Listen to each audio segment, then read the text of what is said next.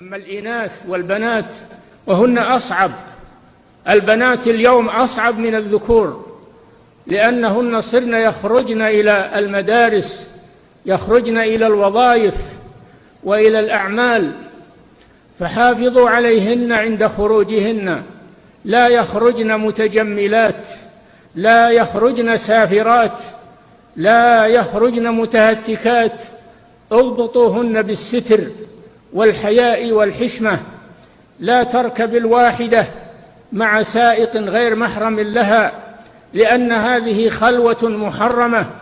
وكم حصل بسبب ركوب البنت مع السائق الذي ليس من محارمها، كم حصل من الكوارث والفساد.